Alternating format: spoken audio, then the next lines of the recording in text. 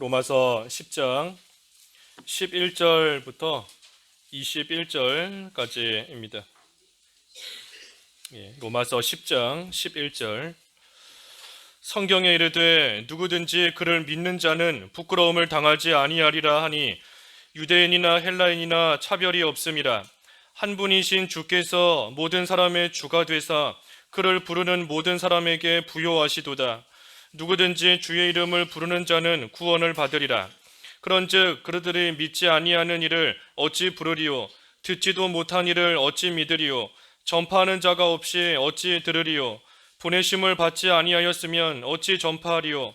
기록된 바 아름답도다 좋은 소식을 전하는 자들의 발이여 함과 같으니라. 그러나 그들이 다 복음을 순종하지 아니하였도다. 이사야가 이르되 주여 우리가 전한 것을 누가 믿었나이까 하였으니 그러므로 믿음은 들음에서 나며 들음은 그리스도의 말씀으로 말미암느니라. 그러나 내가 말하노니 그들이 듣지 아니하였느냐? 그렇지 아니하니 그 소리가 온 땅에 퍼졌고 그 말씀이 땅끝까지 이르렀도다 하였느니라. 그러나 내가 말하노니 이스라엘이 알지 못하였느냐? 먼저 모세가 이르되 내가 백성 아닌 자로서 너희를 시기하게 하며 미련한 백성으로서 너희를 노엽게 하리라 하였고, 이사야는 매우 담대하여 내가 나를 찾지 아니한 자들에게 찾은 바 되고 내게 묻지 아니한 자들에게 나타났노라 말하였고, 이스라엘에 대하여 이르되 순종하지 아니하고 거슬러 말하는 백성에게 내가 종일 내 손을 벌렸노라 하였느니라. 제목은 그 17절의 말씀대로 믿음은 들음에서 남 제목입니다. 17절에 믿음은 들음에서 난다 그랬는데 제목입니다. 믿음은 들음에서 남. 여기 11절 말씀해 보면 이 성경에 이르되 누구든지 그를 믿는 자는 부끄러움을 당하지 아니하리라. 예수를 믿는 자, 예수님을 믿는 자는 이 부끄러움을 당하지 않는다 그랬습니다. 반대로 말하면 예수님을 믿지 않는 자는 이 부끄러움을 당한다는 겁니다. 예수님을 믿지 않는 그러한 말 그대로 불신자인 것인데, 이 불신자는 장차 예수님께서 다시 이 세상에 오실 때에 말할 수 없는 부끄러움과 수치를 당하게 됩니다. 또 무엇보다도 하나님의 그 큰 진노 가운데 이 믿지 않는 자들은 다 멸망할 수밖에 없어요. 그러니 그때 가서 후회한다 한들 소용없습니다. 내가 예수를 믿을 걸, 나도 예수 믿을 걸, 나도 하나님을 좀 잘 섬겨볼 걸, 나도 믿는 생활 열심히 해볼 걸, 그때 가서 후회해봤자 이미 소용없는 겁니다. 그래서 그 요한계시록 6장 15절 이하에도 쭉 보면 우리 주님 다시 오실 때에 이 권세 잡은 자들이 이 산과 동굴과 바위 틈에 가서 하나님의 진노로부터, 하나님의 진노의 얼굴로부터 나를 숨겨달라라고 한다 하지만 숨을 수 없다는 겁니다. 숨을 수 없어요. 그러니 예수님을 믿지 않는 자들에게는 결국은 큰 부끄러움과 수치와 하나님의 말할 수 없는 무서운 진노가 쏟아져 내릴 수밖에 없는 겁니다.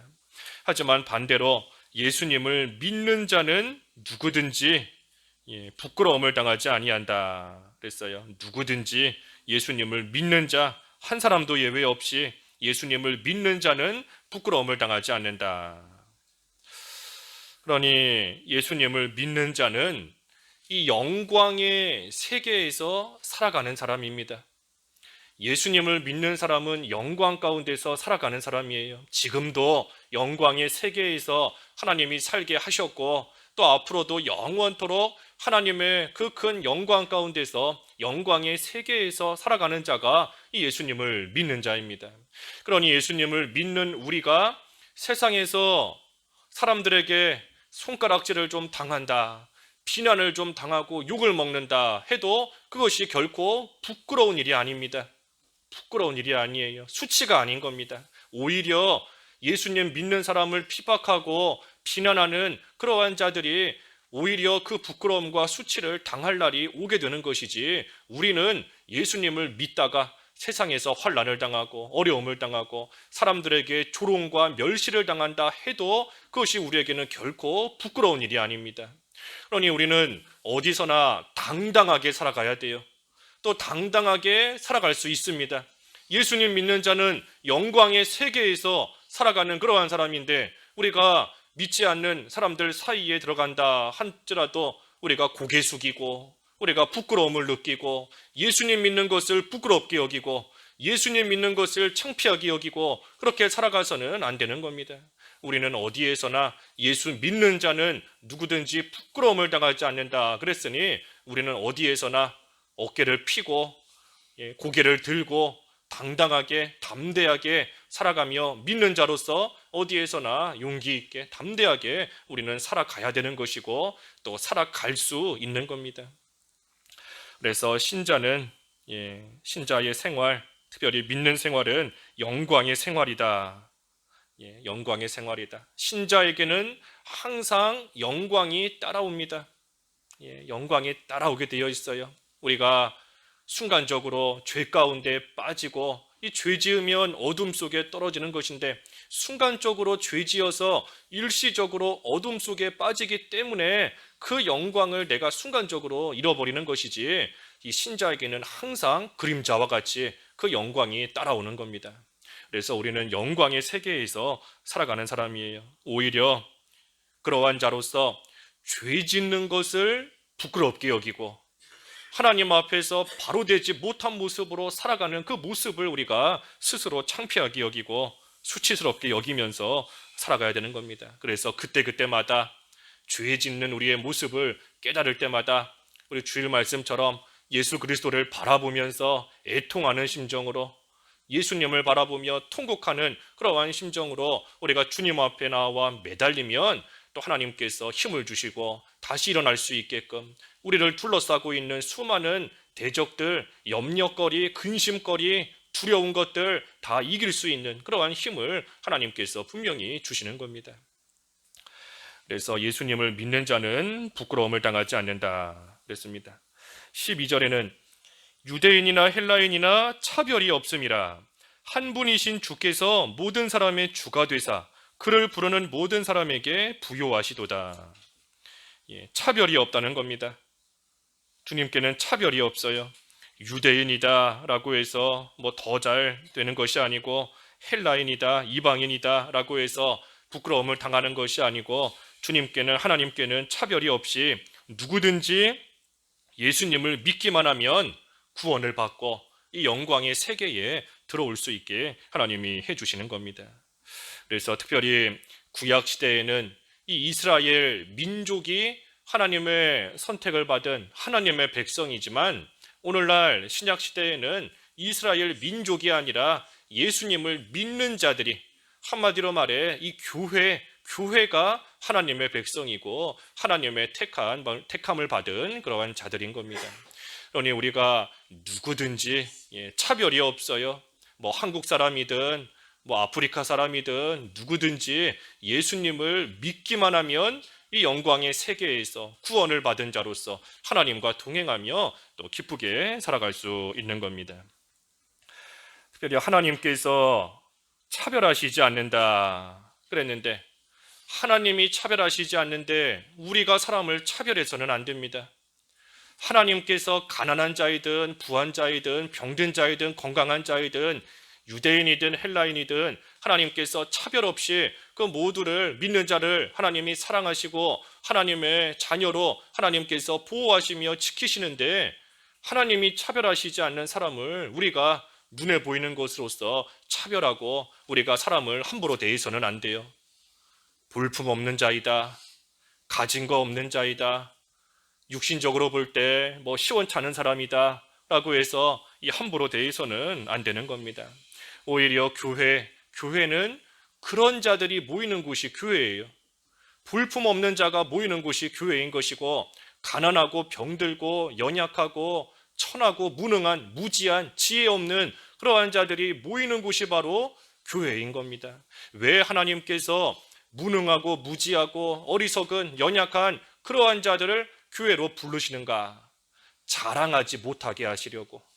우리 고린도전서 열었지 않습니까? 고린도전서 1장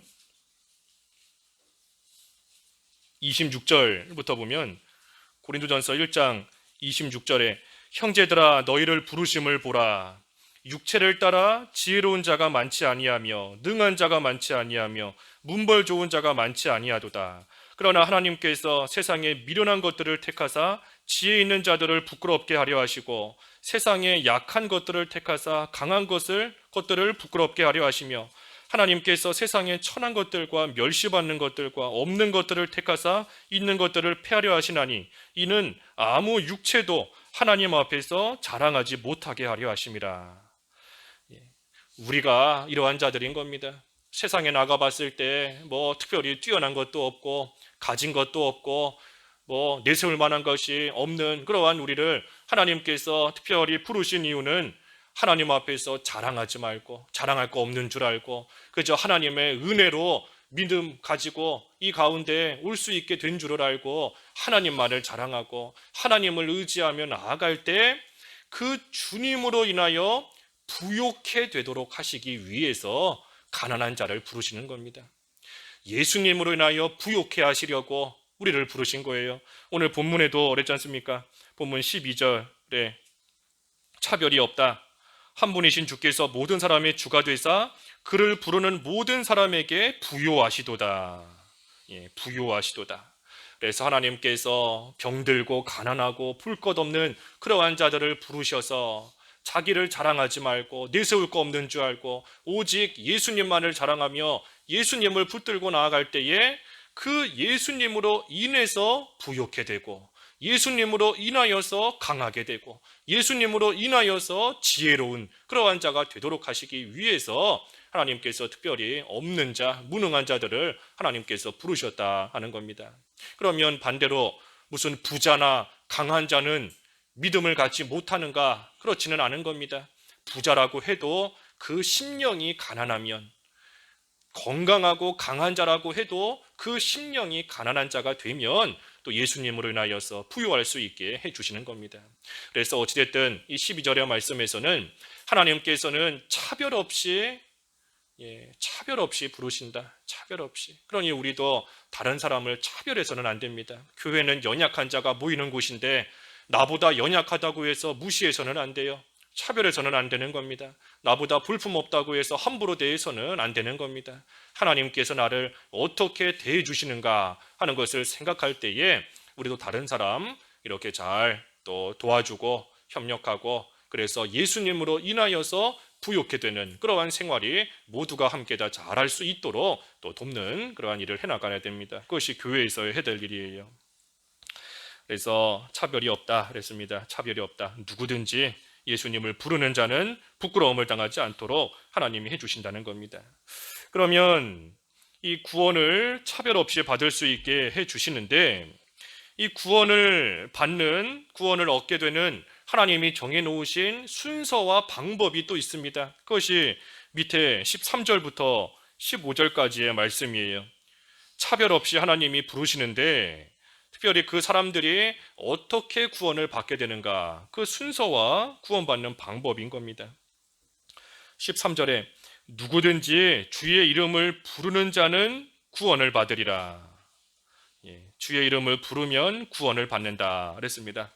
근데 14절에는 그런즉 그들이 믿지 아니하는 자를 어찌 부르리요. 주의 이름을 부르면 구원을 받는다 그랬는데 믿지 않는데 어떻게 부르겠는가. 또 듣지도 못한 이를 어찌 믿으리요. 믿어야 되는데 듣지 못하면 어찌 믿겠는가. 또 전파하는 자가 없이 어찌 들으리요. 들어야 되는데 전파하는 자가 없으면 어떻게 듣겠는가. 또 15절에 보내심을 받지 아니하였으면 어찌 전파하리요. 전파하는 자가 있어야 되는데 보내심을 받아야 또 전파하는 자가 있다는 겁니다. 그래서 이 구원에 이르는 순서와 방법이 뭔가 이 13절에서 15절 이 거꾸로 보면 됩니다. 역순으로 15절부터 13절까지 거꾸로 보면 그 순서가 나와 있어요. 거꾸로. 그래서 제일 먼저는 15절에 있는 것처럼 전도자를 하나님께서 보내시는 겁니다. 전도자를 하나님이 보내세요. 전도자를 보내시고 그 다음에는 14절 하반절의 말씀처럼 전도자가 복음을 전파하는 겁니다. 전도자가 복음을 전파하게 하나님이 하시는 것이고 그 다음에 세 번째는 14절 중반에 그 전파한 복음을 듣게 하시는 겁니다. 복음을 듣게 하시고, 그 다음에는 14절 상반절의 말씀처럼 그 들은 말씀을 믿게 하시는 겁니다. 그리고 마지막으로 다섯 번째는 13절의 말씀처럼 믿는 그 주님의 이름을 부름으로써 구원을 받게 하신다. 그래서 이 13절에서 15절까지의 말씀을 이 역순으로 거꾸로 보면 우리가 이 구원받는 그 순서와 또 하나님의 방법에 대해서 자세히 나와 있습니다. 그래서 먼저는 전도자를 보내시고, 그 다음에는 보냄을 받은 그 전도자가 복음을 전파하게 하나님이 하시고, 그 다음에는 그 전파된 복음을 듣게 하시고, 들은 그 복음을 믿게 하시고, 이제는 믿음을 가졌으니 입으로 주의 이름을 부르며 구원을 받게. 여기서 구원을 받는다는 것은 우리 지난 시간에 본 것처럼 구원을 이루어가는 겁니다. 구원을 이루어가는 것. 믿음으로써 이미 천국 가는 구원은 받은 것이고, 여기 13절에 구원을 또 받는다, 주의 이름을 부름으로써 구원을 받는다 하는 것은 구원을 이제 이루어가는 겁니다. 그래서 복음 전파자를 통해 복음을 듣고 믿어 구원받게 하시고, 구원받은 자가 이제는 주의 이름을 부름으로써 날마다 그 구원을 이루어가는, 그 영이 자라나는, 영생을 이루어가는, 구원을 이루어가는, 예수님을 닮아가는 그러한 생활이 또 되게 하신다 하는 겁니다. 그래서 특별히 예수님께서 누구를 믿게 하실 때에는 그 사람에게 전도자를 보내시는 겁니다. 그것이 하나님께서 정해놓으신 구원의 방법이에요. 전도자를 보내서 그 전도자를 통해 복음을 듣고 그 들은 복음을 믿을 수 있게 하나님께서 하시는 겁니다. 구원의 방법, 구원의 방편이 바로 그거인 겁니다. 그러니 전도자가 없이 저절로 믿음이 생겨나는 게 아닙니다. 전도자를 통해서 복음을 못 들었는데, 말씀을 못 들었는데 그저 저절로 믿게 되고 저절로 믿음이 생겨나기, 그렇게 되는 게 아니에요. 그러니 우리가 주변에 믿지 않는 가족이나 친구가 있을 때 하나님께 기도하지요. 그들도 예수 믿어 구원받게 해달라. 기도만 하고 있어서는 안 되는 겁니다. 기도만 한다고 해서 하나님께서 그들에게 말씀이 들어가지를 않았는데 저절로 그냥 믿음이 생겨나게 하시는 게 아니에요. 말씀을 들어야, 오늘 제목처럼 믿음은 들음에서 난다 그랬는데, 그 전도자를 통해 그 말씀을 들어야 그 들은 그 말씀이 믿어지게끔 하나님께서 역사하시는 겁니다. 그러니 전도자가 가서 예수님의 십자가와 부활의 복음을 전해 줄 때에 성령이 역사하시면 그 사람이 예수님의 십자가와 부활이 믿어지는 것이고, 그때에 그 사람이 구원을 받게 되는 겁니다. 그러니 우리가 주변에 믿지 않는 자가 있을 때 복음을 전해줘야 돼요. 복음을 전해주고 나서, 그리고 나서 하나님의 은혜를 구해야 됩니다. 복음을 전해주었으니 성령께서, 하나님의 택한 백성이라면 성령께서 역사하셔서 그 복음이 믿어지게 해달라. 그때에 성령께서 택한 자면 믿어지게 하시는 겁니다. 그래서 우리가 복음 전하지는 않고 그저 우리 남편, 우리 아내, 우리 부모님, 우리 자녀 예수님 믿고 구원받게 해달라, 그 기도만 하고 있으면 안 되는 겁니다. 한마디라도 복음을 전해줘야 돼요. 그래야 그것을 믿는 겁니다. 그래서 하나님이 정해놓으신 이 구원의 방법은 먼저 전도자를 보내서 그를 통하여 복음을 듣게끔 하시는 겁니다. 그래서 우리에게는 다 이 전도의 사명이 있어요. 우리 주변에 있는 사람을 예수님 믿어 구원받을 수 있도록 해야 되는데, 반대로 말하면 우리에게 이 전도의 사명, 복음을 전해줄 사명이 다 있는 겁니다. 그래서 하나님의 택함을 받은 그러한 자들에게는 복음을 들을 수 있게끔 해줘야 되는 것이고, 또 반면에 불택자, 택함을 받지 않은 그러한 자에게도 우리가 복음을 전해야 됩니다. 우리는 누가 택자인지 누가 불택자인지 모르지만 하나님께서 불택자도 복음을 듣게끔 해놓으셨어요. 왜 불택자는 어차피 믿지 못하는데 복음을 듣게 하시는가? 나중에 하나님의 심판대 앞에 섰을 때에 핑계하지 못하게 하시려는 겁니다. 핑계하지 못하게. 불택자가 하나님 앞에 심판대에 섰을 때 내가 복음을 못 들었다, 내가 예수님 믿으면 구원받는다는 것을 내가 못 들어서 나는 예수님을 못 믿었다 하고 핑계하지 못하게 하시려고 이 불택자에게도 예수님에 대한 복음을 또 들을 수 있게 하나님께서 해 놓으신 겁니다. 그러니 우리는 택자인지 불택자인지 상관하지 말고, 누가 택자인지 불택자인지 물론 또 모르거니와 그거 우리는 신경 쓰지 말고 그저 때를 얻든지 못 얻든지 누구에게든지 우리는 부지런히 이 복음을 전할 사명이 있는 겁니다. 그래서 택자는 그 복음을 듣고 믿게 되는 것이고, 불택자는 그 복음을 들었으니 나중에 핑계하지 못하게 또 하나님께서 미리 역사하시는 겁니다. 그래서 전도할 때에, 복음을 전할 때에, 그때에 우리에게 주신 땅끝까지 이르러 내 증인이 되라 하신 그 하나님의, 예수님의 말씀, 사명을 감당하는 일이 되는 것이고, 또 우리 자신에게는 복음을 전할 때에 그만큼 우리의 영적인 생명이 자라나는 겁니다. 우리 지난주에 보았지 않습니까? 사람이 마음으로 믿어 의에 이르고 입으로 고백하여 구원에 이른다. 입으로 고백하며 그만큼 자라나는 겁니다. 그러니 우리가 복음을 전하는 만큼 그만큼 우리의 영이 또 자라나는 것이고, 또 그것이 하나님께서 보실 때에는 참으로 아름다운 일, 복음을 들고 산을 넘는 자의 발이 어찌 그리 아름다운가. 오늘 여기 15절에도 그랬죠. 기록된 바 아름답도다 좋은 소식을 전하는 자들의 발이여 함과 같으니라 그랬는데, 하나님께서는 또한 아름답게 기쁘게 또 여기시며 봐주시는 겁니다. 그래서 복음을 전할 때에 사명을 감당하는 것이고 우리의 영이 자라나는 것이고 하나님께서는 아름답게 여기시며 또 기쁘게 받으시는 겁니다. 그런데 16절에 그러나 그들이 다 복음을 순종하지 아니하였도다. 이사야가 이르되 주여 우리가 전한 것을 누가 믿었나이까 하였으니. 그런데 이 이스라엘은 이 복음을 분명히 들었으면서도 그러면서도 순종하지 아니하였도다. 복음을 분명히 들었는데도 순종하지 않는다는 겁니다. 왜 그런가? 그것은 이 이사야의 말씀대로 이루어진 것이다 그랬습니다. 그래서 이것을 보면 모든 거 하나님께서 말씀하신 대로 이루어지는 겁니다. 하나님께서 정해놓으신 대로 이루어지는 거예요. 누가 복음을 들었는데 그 사람이, 누가 전도를 받았는데도 그 사람이 예수님을 믿을 것인지 믿지 않을 것인지, 그것은 다 하나님께서 정해놓으신 대로, 하나님이 예정해 놓으신 대로 모든 것들이 이루어지는 겁니다. 그래서 17절에 그러므로 믿음은 들음에서 나며 들음은 그리스도의 말씀으로 말미암았느니라. 그래서 믿음은 하나님의 말씀을 들음에서 난다 그랬습니다. 들음에서 그리스도의 말씀으로 말미암는다 그랬으니 이 말씀을 들을 때에 이 믿음이 생겨나는 겁니다. 그러니 우리도 나는 참 믿음이 없다, 나는 믿음이 부족하다 하는 사람은 먼저 열심히 들어야 됩니다. 믿음은 들음에서 난다 그랬으니 우리가 부지런히 듣고 성경 말씀을 부지런히 읽고 부지런히 배울 때에, 그때에 하나님께서 은혜 베풀어 주시면 그때에 믿음이 생겨나는 것이고 믿음이 자라나는 것이고 그 믿음이 점점 커지는 겁니다. 이 믿음은 하나님의 선물이에요.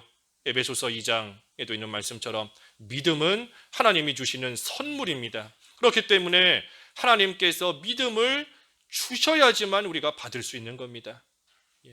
예수님을 믿어 구원받는 그 믿음도 마찬가지고 우리의 믿음이 점점 자라나는 그 믿음도 마찬가지고 하나님께서 은혜 가운데 우리에게 선물로 주셔야지만 믿음이 자라나는 것인데, 하나님께서 그 믿음을 우리에게 어떻게 주시는가? 말씀을 들음으로써, 말씀을 들을 때에 그때에 하나님께서 우리에게 또 믿음을 주시는 겁니다. 말씀을 들음을 통해서. 그래서 믿음이 없다 하는 사람은 열심히 들어야 됩니다. 열심히 듣고 열심히 성경 읽고, 성경 읽지 않으면서 나는 믿음이 부족하다, 당연한 겁니다. 당연한 거예요. 하나님 말씀 듣기 싫어하면서 나는 믿음이 자라나지를 않는다, 예나 지금이나 믿음이 똑같다, 오히려 퇴보했다, 그 당연한 겁니다. 그래서 믿음은 들음에서 난다 그랬습니다. 들음에서 난다. 이 말씀으로 말미암는다. 우리가 또 이 말씀을 잘 들으면서 믿는 생활하고 우리 기도하는 것도 그렇기 때문에 이 말씀을 잘 들으면서 기도해야 됩니다. 우리 새벽에 잠언 28장 9절 말씀에서 보았지요. 잠언 28장 9절에 귀를 돌리고 율법을 듣지 아니하며 하는 기도는 가증하다. 귀를 돌려서 하나님의 말씀을 듣지 않으면서 그러면서도 기도한다 하고 앉아있는 거 하나님께서 가증하게 여기신다 그랬어요. 가증하게 여기신다. 전의 성경에는 역겹게 여기신다. 역겹게 보신다 그랬습니다. 그러니 우리가 기도하는 것도 올바른 기도를 해야 됩니다. 기도한다고 해서 기도가 다 올바른 기도가 아니에요. 올바른 기도가 있고 바르지 않은 잘못된 기도가 있는 겁니다. 그래서 항상 올바른 기도는 귀를 돌려서 귀를 하나님께로 향하여서 하나님의 말씀을 듣고 그 말씀대로 순종하면서 말씀을 지키면서 기도해야 하나님께서 기쁘게 들으시고 받으시는 그러한 올바른 기도가 되는 겁니다. 그래서 항상 말씀을 가지고 기도해야 된다 그랬죠. 말씀을 가지고 기도해야 돼요. 하나님 말씀을 가지고 그 말씀대로 살게 해달라고 기도해야 되는 겁니다. 그렇지 않고 먼저는 죄 지으면서 기도하는 거 가증한 기도고 또 한편으로 욕심을 가지고 기도하는 것도 가증한 기도인 겁니다. 말씀은 다 뒤로 하고 배운 말씀, 들은 말씀, 읽은 말씀 다 잊어버리고 그저 하나님께 달라, 이거 달라, 저거 달라, 이거 해달라, 저거 해달라 뭐 하나님께 맡겨놓은 거 찾는 것처럼 이거 달라, 저거 해달라 그 하나님 앞에 옳지 않은 기도인 겁니다. 그래서 말씀을 잘 듣고 그 말씀을 간직하면서 또 그 말씀을 순종하고 지키면서 하는 기도, 그 기도가 올바른 기도고 또 그때에 그러한 일들을 통해서 믿음이 점점 자라나는 겁니다. 우리 그 주기도문도 마찬가지예요. 주기도문,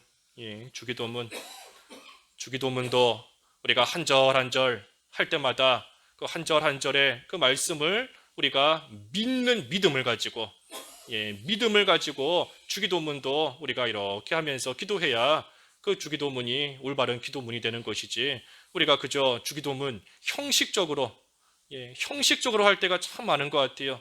주기도문 어떤 모임이나 예배 끝날 때 주기도문 그저 형식적으로 주기도문 안 하고 끝나면 뭔가 허전한 것 같고 뭔가 빼놓은 것 같고 형식적으로 할 때가 많이 있는데 우리가 그래서는 안 됩니다. 그 누가 웃으면서 그러던데 그 주기도문에서 기도가 빠지면 주문이 된다고. 주문. 우리가 뭐 주문 외우듯이 주기도문 외워서는 안 됩니다. 한 절 한 절 그 말씀을 믿음으로써 받아들이고 믿음으로써 고백하면서 이 주기도문도 우리가 해야 돼요. 그러니 조금 너무 빨리 하지도 말고 천천히 내가 내 입으로 고백하면서 믿는 믿음을 가지고 주기도문도 우리가 해나가는 겁니다. 그래서 어찌됐든 믿음은 들음에서 난다. 이 믿음, 믿음. 우리 지난 시간에도 보았지만 믿음은 하나님의 말씀을 마음으로 믿고 몸으로 순종하는 것이 온전한 믿음입니다. 마음으로 믿는 것이 절반이에요. 마음으로 하나님의 말씀을 들을 때에 그렇구나. 그 말씀대로 되겠구나. 이루어지겠구나. 내가 믿습니다. 마음으로 믿는 것이 절반이고 나머지 절반은 몸으로 행하는 겁니다. 순종하는 거. 행함이 없는 믿음은 죽은 믿음이다 그랬는데 그래서 두 가지가 다 합쳐져야 돼요. 마음으로 믿고 몸으로 순종하는. 그런데 만약에 우리가 말씀을 듣지 않는다. 말씀을 듣지 않는다라고 하면 우리가 순종도 온전히 할 수가 없는 겁니다. 마음으로 믿고 몸으로 순종하는 것이 온전한 믿음인데 하나님의 말씀을 듣지 않는다라고 하면 올바른 순종이 나올 수가 없어요. 하나님의 말씀을 들어야 뭐가 올바른 건지 뭐를 해야 되는 건지 뭐를 버려야 되는 건지 그것을 알고 분별할 수 있는 것인데 그런데 말씀을 안 듣는다 하면 올바른 순종이 나올 수가 없는 겁니다. 우리 앞에서도 보았지만 이스라엘이 열심을 냈지만 올바른 지식을 따른 열심이 아니다. 우리 앞에 그 2절에서 보았죠. 지난 시간에 2절에서 올바른 지식을 따른 열심이 아닌 겁니다. 그러니 아무리 열심을 내도 인정받을 수가 없어요. 순종하는 것도 하나님 앞에 올바르게 순종하기 위해서는 먼저 말씀을 들어야 뭐가 올바른 건지 뭐가 잘못된 건지 바로 분별해서 그대로 순종해 나갈 수 있는 겁니다. 또 한편으로 말씀을 듣지 않으면 믿는다라고는 하지만 실상은 그 믿음의 내용이 없는 겁니다. 믿는다, 입으로는 나는 믿습니다. 하지만 실제 뭘 믿는가? 입으로 믿습니다 하지만 뭘 믿는가? 뭐를 믿고 나아가는가? 뭘 붙잡고 있는가? 믿음의 내용이 알맹이가 없이 껍질만 붙잡고 있는 겁니다. 그러니 우리가 믿습니다 하며 고백하고 주님을 의지하며 나아가기 위해서도 그 믿음의 내용이 있어야 되는데, 그 믿음의 내용이 있기 위해서는 들어야 됩니다. 들어야 그 믿음의 내용이 이거구나, 내가 이것을 믿어야 되는구나, 내가 붙잡아야 되는 것이 이거구나, 내가 믿는 게 이거구나 하는 것을 확신하고 그것을 붙잡고 믿으며 나아갈 수 있는 겁니다. 그래서 잘 들어야 돼요. 말씀을 듣는 데서부터 이 믿음이 시작되는 겁니다. 마치 씨가 심겨져야 싹이 나오는 것처럼 말씀을 들어야 믿음이 시작되는 겁니다. 믿음이 생겨나는 거예요. 말씀을 듣는 거. 그래서 우리가 부지런히 듣는 그 말씀 그대로 순종하고 행하고 나아가야 되지만, 한편으로 우리가 연약해서 듣고 배운 말씀 그대로 순종하지는 못한다 할지라도 그래도 일단은 최대한 많이 배우고 최대한 많이 듣고 해놓는 것이 좋은 겁니다. 우리 이 목사님께 배운 건데, 10개를 배워서 5개 순종하는 것과 100개를 배워서 3가지 순종하는 것과 뭐가 더 좋은 거냐, 뭐가 더 나은 거냐, 뭐가 더 낫겠어요? 10개를 배워서 5개 순종하는 것과 100개를 배웠는데 3개 순종하는 것과 뭐가 더 나을까요? 지금 현재 믿는 생활을 하는 것을 보면 10개를 배워서 5개 순종하는 것이 나을 수 있지만, 하지만 장기적으로 볼 때에 우리가 하나님 말씀대로 살지 못해서 하나님의 징계를 받고 돌이키고 난 이후의 모습이나, 신앙의 양심의 가책을 느끼는 모습이나, 또 하나님 앞에서 살아가기 위해, 올바르게 살아가기 위해 힘쓰는 그러한 면을 볼 때에는 지금은 순종하지 못하고 있을다 할지라도 일단은 많이 배워두는 것이 더 낫다는 겁니다. 최대한 많이 배워두는 게 낫다는 거예요. 그러면 나중에 그 말씀대로 못 살고 있을 때에 그만큼 양심의 가책을 느껴서, 분명히 배워서 알고 있으니 그대로 못 살면 가책을 느껴서 회개하고 돌이킬 수 있는 여지가 있는 것이고, 하나님의 징계를 받을 때에 또 깨닫고 그만큼 올바르게 살아가고자 힘쓸 수 있는 또 그런 또 여지가 있는 겁니다. 하지만 배우지 못하면, 알지 못하면 몰라요. 10개 배웠으면 10개밖에 모르는 겁니다. 그 이상의 것은 이게 죄인지 이게 바로 되지 못한 건지 모르는 겁니다. 양심의 가책도 못 느끼는 것이고 죄 지어도 그냥 그 가운데 살아가는 겁니다.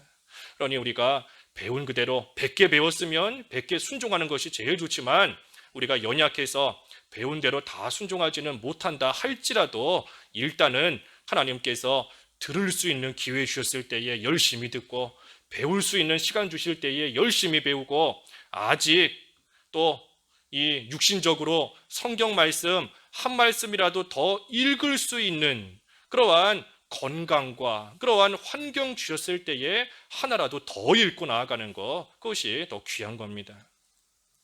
그래서 믿음은 어찌됐든 들음에서 나는 겁니다. 들음에서 많이 듣고 많이 배우면 그만큼 믿음이 자라날 여지가 있어요. 열심히 그만큼 힘쓰면 그만큼 믿음이 자라나는 겁니다. 그래서 18절에 그러나 내가 말하노니 그들이 듣지 아니하였느냐? 그렇지 아니하니 그 소리가 온 땅에 퍼졌고 그 말씀이 땅끝까지 이르렀도다 하였느니라. 그러면 믿음은 들음에서 난다 그랬는데, 이스라엘이 지금 복음을 순종하지 않는 것을 보니, 그렇다면 이스라엘이 듣지 못해서 그런 거냐? 이스라엘이 복음을 못 들어서 그들에게 믿음이 없는 거냐? 하고 질문하는 겁니다. 그에 대한 답은 그렇지 아니하다. 그렇지 아니하다. 그 소리가 온 땅에 퍼졌고 그 말씀이 땅끝까지 이르렀도다. 온 땅, 자연 만물인데 자연 만물을 통해서 이미 하나님을 알만한 것이 다 드러나 있고, 또 그것보다 더 중요한 것은 하나님께서 여러 선지자들을 통해서, 사도를 통해서, 전도자들을 통해서 복음을 들을 수 있게 이미 해놓으셨고 이스라엘이 이미 그 복음을 다 들은 것이다 하는 겁니다. 그러니 그들이 못 들어서 지금 불순종하는 것이 아니다. 이스라엘이 몰라서 순종하지 않고 몰라서 하나님을 섬기지 않는 그런 것이 아니다 하는 겁니다. 그래서 19절에도 그러나 내가 말하노니 이스라엘이 알지 못하였느냐. 먼저 모세가 이르되 내가 백성 아닌 자로서 너희를 시기하게 하며 미련한 백성으로서 너희를 노엽게 하리라 하였고, 이스라엘이 들었다, 듣고 알았지만 그러나 믿지 않았다는 겁니다. 몰라서 불순종하는 게 아니라 듣고 알았지만 그런데도 불순종하고 하나님을 멀리 떠났다. 그렇기 때문에 하나님께서 멀리 떠난 그러한 이스라엘을 대신해서 이방 사람들에게, 이방인에게 이 복음을 주셨다 하는 겁니다. 그 말씀이 20절이에요. 20절에 이사야는 매우 담대하여 내가 나를 찾지 아니한 자들에게 찾은 바 되고 내게 묻지 아니한 자들에게 나타났노라 말하였고 그랬습니다. 그래서 이스라엘이 불순종하고 하나님을 대적하고 하나님을 멀리 떠났기 때문에 하나님께서 구약 시대에는 이방인들에게 복음을 주시지 않았지만 이제는 그들에게 복음을 주셔서 이방인이 예수님을 믿고 구원받을 수 있게 하셨다 하는 겁니다. 하나님께서 왜 그렇게 하셨는가?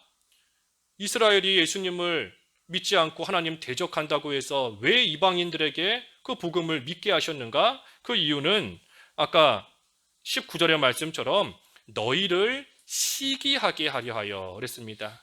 이스라엘로 하여금 시기하게 만들기 위해서 하나님께서 이방인들에게 복음을 주시고 그들이 믿게끔 하셨다 하는 겁니다. 이게 무슨 말인가 하면 이스라엘이 원래 구약시대에 하나님의 택한 백성으로서 하나님을 잘 섬기던 자들인데 이제 와서는 그들이 하나님을 잘 섬기질 않는 겁니다. 그러니 하나님께서 이방인들에게 복음을 주셔서 하나님을 잘 섬길 수 있게 하셨어요. 그러니 이스라엘이 그 모습을 볼 때에 시기하는 마음이 생기는 겁니다.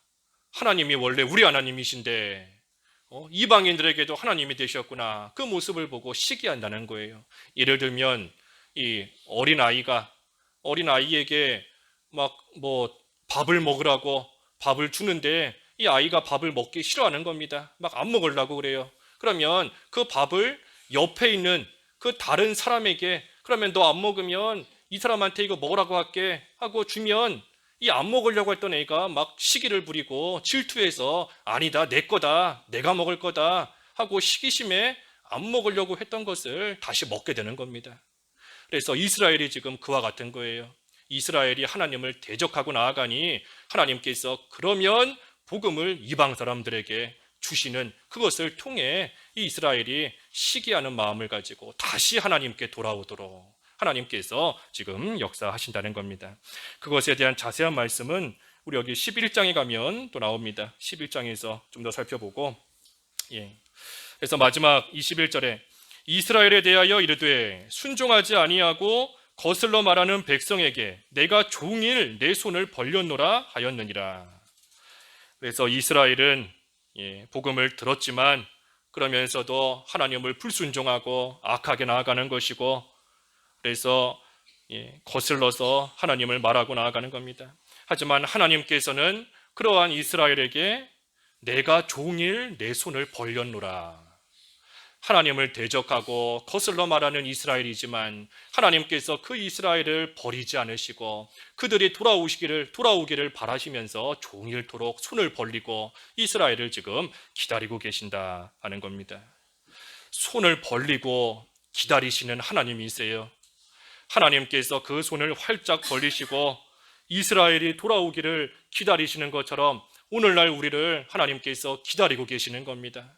하나님이 손을 활짝 벌리고 계시니 우리가 그 하나님께 돌아오기만 하면 그 하나님 아버지의 품에 안겨서 위로를 받을 수 있는 것이고 평안을 누릴 수 있는 것이고 또 그 가운데서 기뻐하는 그러한 생활이 될 수 있는 겁니다. 하나님께서 마치 집 나간 탕자를 기다리는 아버지처럼 매일같이 손을 벌리고 기다리고 계시는 겁니다. 오늘이야 돌아올까? 내일이야 돌아올까? 언제나 돌아올까? 계속해서 그 손을 내리지 않고 기다리고 계시는 겁니다. 그러니 우리가 돌아오기만 하면, 하나님께 또한 돌아가기만 하면 하나님의 품 안에 우리는 안겨서 그 안에서 참된 기쁨 누리며 이 믿음의 길 또 걸어갈 수 있는 겁니다.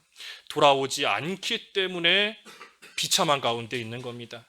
탕자가 아버지의 말씀 듣기 싫다고 이제는 아버지 말씀 안 듣고 내 마음대로 좀 살아보겠다 해서 아버지 집을 뛰쳐나갔기 때문에 돼지 주업 열매나 주워 먹는 비참한 가운데 있는 겁니다. 또 지금이라도 돌아오면 그러면 아버지 집에서 편안하게 지낼 수 있는데 돌아오지 않고 있기 때문에 여전히 비참한 가운데 있는 거예요.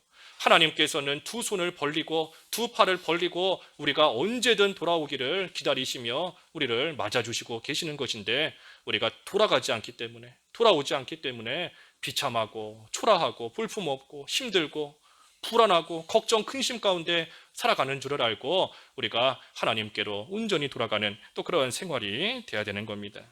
그래서 오늘 믿음은 들음에서 난다 그랬어요. 믿음은 들음에서 난다. 그래서 우리가 하나님의 말씀을 열심히 부지런히 들어야 됩니다. 부지런히 듣고 그 말씀대로 자기를 만들어가는 그러한 생활 우리가 힘써 해나가되 그러지 못한 생활 가운데 있었다면 이제라도 돌이키고 우리를 향하여 두 팔 벌리고 계시는 그 하나님께 온전히 돌아가서 하나님 아버지의 말씀을 즐겁게 들음으로써 날마다 우리의 믿음이 자라나는 그러한 복된 믿음 생활이 되어야 되겠습니다. 말씀 생각하시면서 기도하시지요. 하나님 아버지, 믿음은 들음에서 난다 하셨는데 하나님 저희들 환경 주시고 기회 주시고 시간 주셨을 때에 열심을 내어 하나님의 말씀을 듣고 읽고 배우는 그러한 생활이 되어서 날마다 저희의 믿음이 자라나는 그러한 참된 생활이 될 수 있게 하여 주시옵소서. 그러지 못했다면 이제라도 우리를 향하여 두 팔 벌리고 계시는 하나님 아버지께 온전히 돌아오는 생활이 되어서 하나님의 품 안에서 하나님 주시는 참된 위로와 기쁨을 누리며 하나님 아버지의 말씀을 잘 듣고 주님의 품 안에서 온전히 자라나는 그러한 복된 믿는 생활이 될 수 있도록 저희들에게 은혜를 더하여 주시옵소서. 특별히 내일 또 수능시험이 있사오니 하나님께서 우리 수험생들 은혜를 베풀어 주시고 이 모든 하나님의 주권을 믿고 하나님의 인도와 주장을 잘 따라가되 아무쪼록 육신적인 지혜도 더하여 주셔서 실수함 없이 그동안 공부한 모든 것들 또 잘 펼치고 돌아올 수 있는 한 날 될 수 있게 하여 주시옵소서. 예수님의 이름으로 기도하옵나이다. 아멘.